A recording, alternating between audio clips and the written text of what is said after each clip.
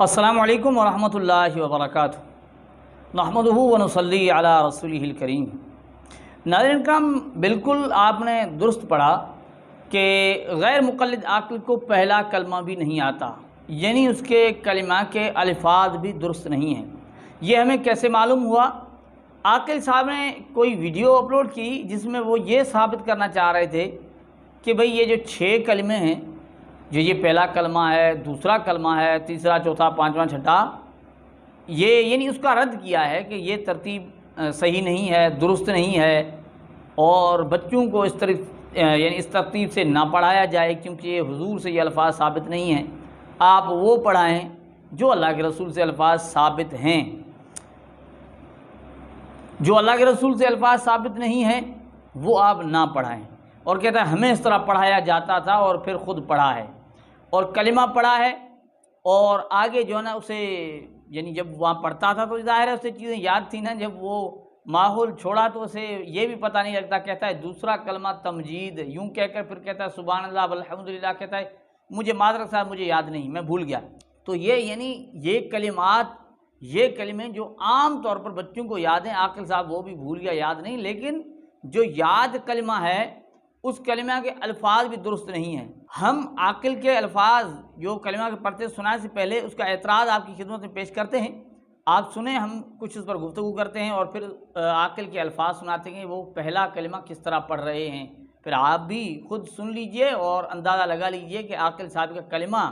پہلا کلمہ درست ہے یا نہیں، اور آخر میں ایک اور بڑا اعتراض کرتے ہیں، پھر اس کی طرف بھی آتے ہیں۔ یہ جو ترتیب ہے نا، اگر آپ یہ پوچھیں کہ 6 کلمے جس طریقے سے نمازوں کا تعین اللہ کے رسول صلی اللہ علیہ وسلم نے فرمایا ہے، جس طریقے سے دوسرے اذکار کا تعین آپ علیہ السلام نے فرمایا ہے، اس طریقے سے تو ان 6 کلمات کا تذکرہ اللہ کے رسول صلی اللہ علیہ وسلم نے کسی حدیث میں نہیں بیان کیا ہے کہ یہ پہلا کلمہ ہے، یہ دوسرا کلمہ ہے، یہ تیسرا کلمہ ہے، یا چوتھا کلمہ۔ یہاں یہ جو الفاظ ہیں کہ لا الہ الا اللہ محمد الرسول اللہ، یہ بعض روات نے بعض کتابوں میں نقل کیے گئے ہیں، طبرانی وغیرہ میں، لیکن اس کی صحت پر بھی اہل علم نے کلام کیا ہے کہ نبی کریم صلی اللہ علیہ وسلم سے یہ الفاظ سند کے طور پر ثابت نہیں ہیں۔ لیکن اگر بچوں کو پڑھانے کے لیے جیسے ہمیں یاد کروائے گئے تھے تو وہ صیغے استعمال کیے جائیں اور وہ الفاظ استعمال کیے جائیں جو نبی کریم صلی اللہ علیہ وسلم سے ثابت ہیں۔ اب ناظرین کرام، آپ نے دیکھا کہ عاقل صاحب یہ جو بتا رہے ہیں کہ یہ جو ترتیب ہے کہ اللہ کے رسول سے ثابت نہیں، جس طرح یہ 6 کلموں کا یعنی کلمات کا تذکرہ کرتا ہے، اللہ کے رسول نے نہیں فرمایا کہ پہلا کلمہ ہے، دوسرا کلمہ ہے،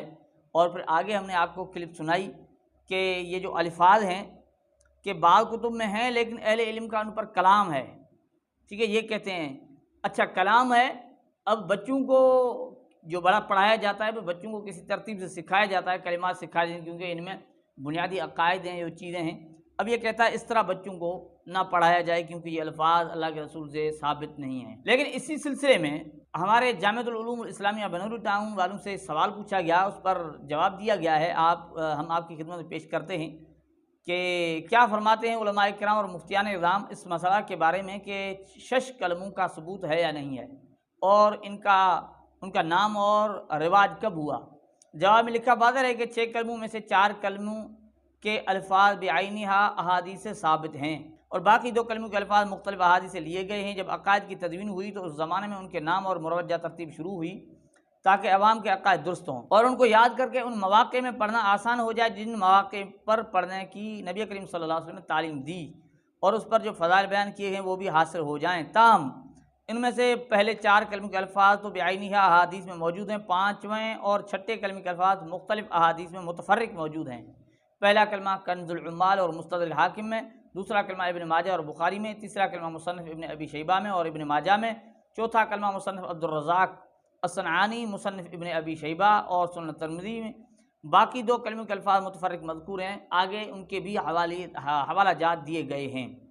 تو ہم نے آپ کی خدمت میں یہ چیزیں پیش کیں اور یہ جواب بھی پیش کیا، لیکن عاقل صاحب جو کہہ رہے ہیں کہ یہ بچوں کو یہ الفاظ سکھانے نہیں چاہیے، تو عاقل صاحب کی خدمت میں عرض یہ ہے کہ دیکھیں، اگر آپ یہ کہتے ہیں کہ بچوں کو یہ یعنی اس ترتیب سے سکھائے نہ جائیں، کیونکہ اللہ کے رسول سے الفاظ ثابت نہیں ہیں، یہ ترتیب ثابت نہیں ہے کہ یہ پہلا چھٹا دوسرا۔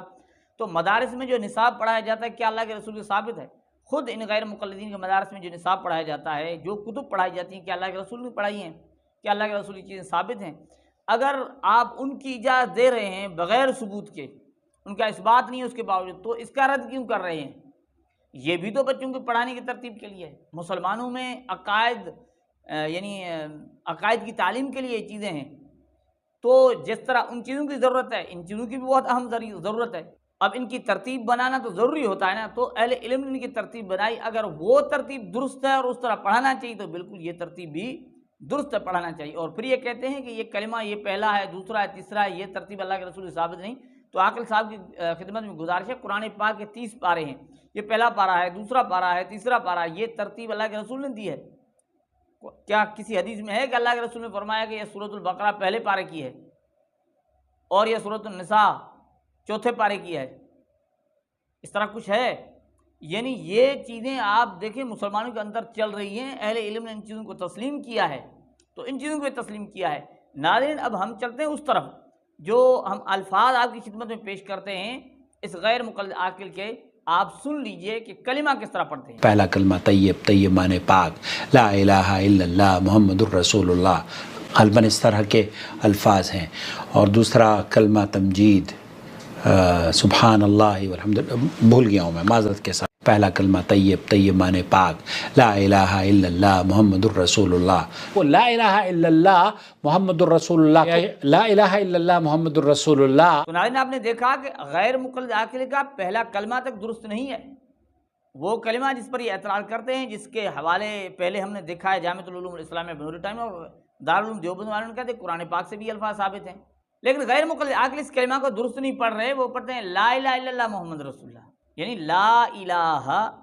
الا اللہ محمد الرسول اللہ، الفاظ لا الہ الا اللہ بار بار پڑھتے ہیں، بار بار لا الہ الا اللہ، یعنی کلمہ تک درست نہیں۔ اور یہی بندہ آگے اعتراض کیا کرتا ہے آپ سن لیجئے کہ لوگوں نے عبد القادر جیلانی کا نام بھی کلمے میں ڈالا ہوا ہے،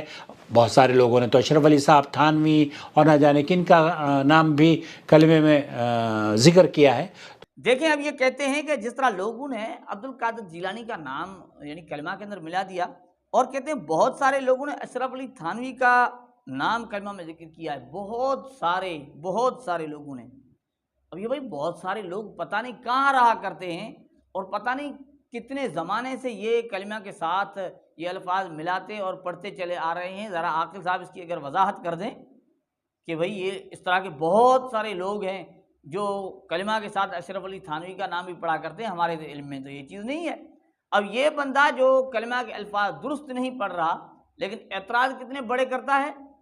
اور اس کے ساتھ کذب بیانی آپ دیکھ لیں کہ بہت سارے لوگوں نے کلمہ کے ساتھ اشرف علی تھانوی کا نام ملا ہے۔ تو ناظرین کرام ہم آپ کی خدمت میں